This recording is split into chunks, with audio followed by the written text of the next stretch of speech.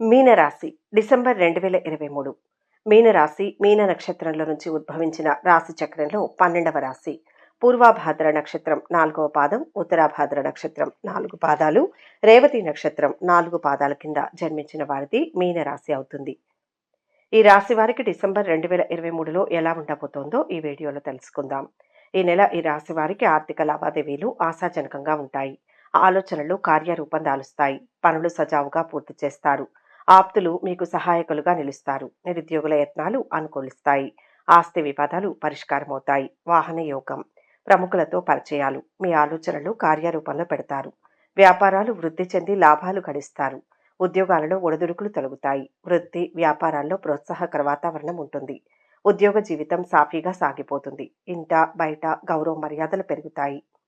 ఆర్థిక పరిస్థితి మెరుగుపడుతుంది. ఆర్థిక లావాదేవీల వల్ల ప్రయోజనం ఉంటుంది. రాదు అనుకున్న డబ్బు చేతికి అందుతుంది. ముఖ్యంగా మొండి బాకీలు వసూలవుతాయి. ముఖ్యమైన వ్యవహారాలను పట్టుదలగా పూర్తి చేస్తారు. నిరుద్యోగులు అవివాహితుల ప్రయత్నాలు సఫలమవుతాయి. ప్రేమ వ్యవహారాలు నిలకడగా సాగుతాయి. ఆర్థిక పరిస్థితి మెరుగ్గా ఉంటుంది. అవసరాలకు డబ్బు అందుకుంటారు. ముఖ్యమైన పనులు సకాలంలో పూర్తి చేస్తారు. ఆత్మీయులు బంధువులతో ముఖ్య విషయాలపై చర్చిస్తారు.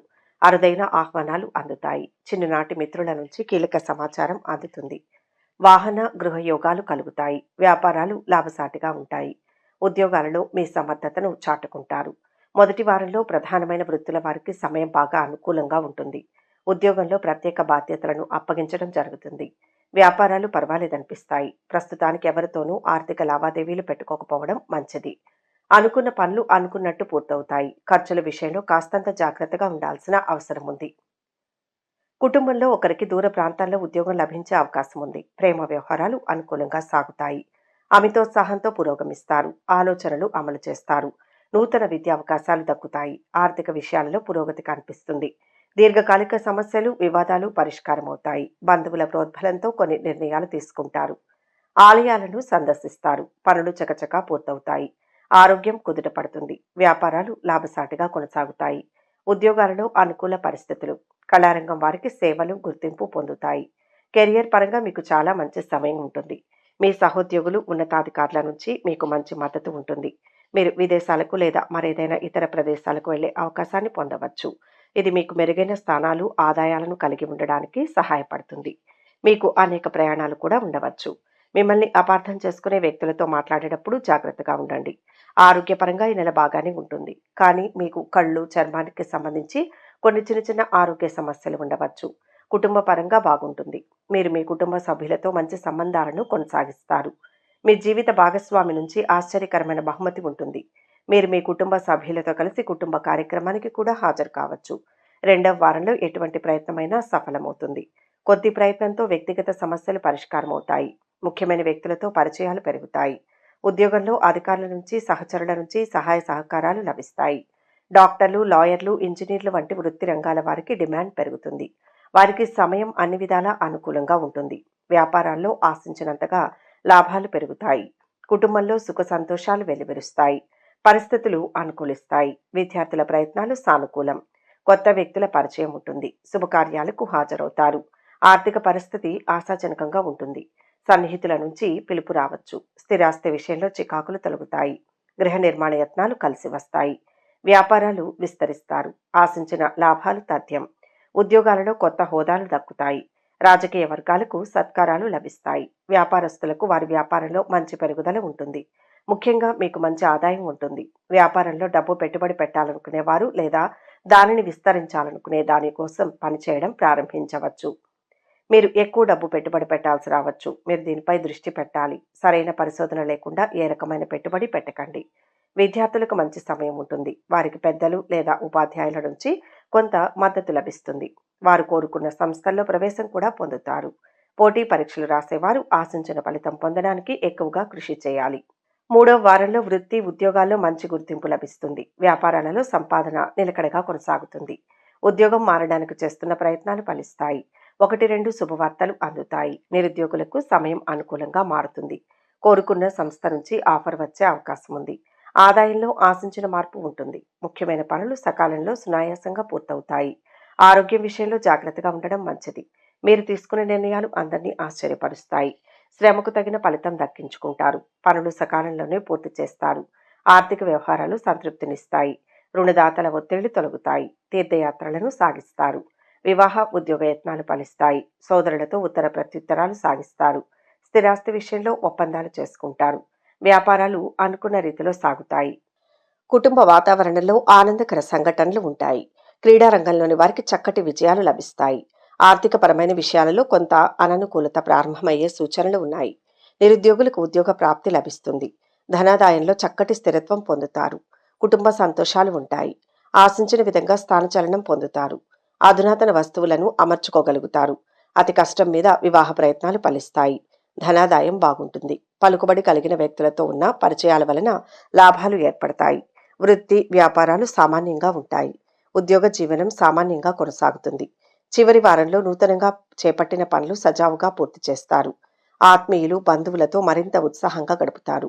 ఆర్థిక వ్యవహారాలు ఆశాజనకంగా ఉంటాయి. పనులు విజయవంతంగా సాగుతాయి. చిన్ననాటి మిత్రులను కలుసుకుంటారు. స్థిరాస్తి వివాదాలు పరిష్కార దశకు చేరుతాయి. వ్యాపారాలలో పెట్టుబడులు అందుకుంటారు. ఉద్యోగాలలో పదోన్నతులు దక్కుతాయి. రాజకీయ వర్గాలకు పదవీ యోగం.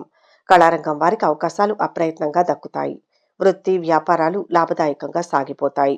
ఉద్యోగంలో కూడా ప్రాధాన్యత పెరుగుతుంది. అధికారులు ప్రత్యేక బాధ్యతలను అప్పగించడం జరుగుతుంది. ఆదాయంలో ఆశించినంతగా పెరుగుదల ఉంటుంది. అయితే ఖర్చులు తగ్గించుకొని పొదుపు పాటించడం మంచిది. ఎవరికీ ఎటువంటి వాగ్దానాలు చేయకపోవడం మంచిది. కొందరు మిత్రుల సహాయంతో ముఖ్యమైన పనులు పూర్తి చేసుకుంటారు. కుటుంబ జీవితం ప్రశాంతంగా సామరస్యంగా సాగిపోతుంది. ఆరోగ్యం పర్వాలేదు. వ్యక్తిగత ఆరోగ్య విషయంలో మానసిక అధైర్యం ఏర్పడుతుంది. ఆత్మీయుల అనుచిత ప్రవర్తన వలన మానసిక అశాంతితో బాధపడతారు. కుటుంబంలో అనవసరమైన కలహాలు ఏర్పడి అపకీర్తి పొందుతారు. ఆర్థిక పరిస్థితి ఆశాజనకంగా ఉండి రుణాలు తీరుతాయి. ముఖ్యమైన పనులు నిదానించినా ఎట్టకేలకు పూర్తవుతాయి. మిత్రులు ఆప్తులతో ఆనందాన్ని పంచుకుంటారు. కుటుంబ సభ్యులతో ఉత్సాహంగా గడుపుతారు. ఆస్తి వివాదాలు పరిష్కారమవుతాయి. ఇంటి నిర్మాణాలు చేపట్టే వీలుంది. గత సంఘటనలు గుర్తుకు వస్తాయి. ఆధ్యాత్మిక కార్యక్రమాలలో పాల్గొంటారు. ఇంటి నిర్మాణాల్లో కదలికలు ఉంటాయి. వ్యాపారాలలో లాభాలు పొందుతారు. ఉద్యోగాలలో ఒత్తిళ్ల నుంచి బయటపడతారు. రాజకీయ వర్గాలకు మరింత ఉత్సాహవంతమైన కాలం. మొత్తంగా ఈ నెల ఈ రాశి వారికి కొత్త పనులు చేపడతారు. ఆలోచనల అమలుకు చర్యలు చేపడతారు. ఆర్థిక లావాదేవీలు సంతృప్తికరంగా ఉంటాయి. శత్రువులు కూడా మిత్రులుగా మారతారు. ఆలయాలను సందర్శిస్తారు. దూరపు బంధువుల నుంచి కీలక సమాచారం అందుతుంది. భూములు వాహనాలు కొనుగోలు చేస్తారు. గృహ నిర్మాణాలలో అవాంతరాలు తొలగుతాయి. వ్యాపారాలు ఊపందుకుంటాయి. ఉద్యోగాలలో ఒడిదుడుకులు తొలగుతాయి. ఇంట బయట ఒత్తిడి ఉంటుంది. కొన్ని ఇబ్బందికర పరిస్థితులు ఎదురయ్యే అవకాశం ఉంది. కొంచెం జాగ్రత్తగా వ్యవహరించడం మంచిది. వ్యాపారం మీద శ్రద్ధ పెంచాల్సిన అవసరం ఉంది. ఆర్థిక పరిస్థితి చాలా వరకు అనుకూలంగా ఉంటుంది. అనవసరపు వాగ్దానాలు చేయకపోవడం మంచిది. తల్లిదండ్రుల ఆరోగ్యం మీద బాగా శ్రద్ధ పెట్టాల్సిన అవసరం ఉంది. కుటుంబ జీవితంలో అన్యోన్యత పెరుగుతుంది.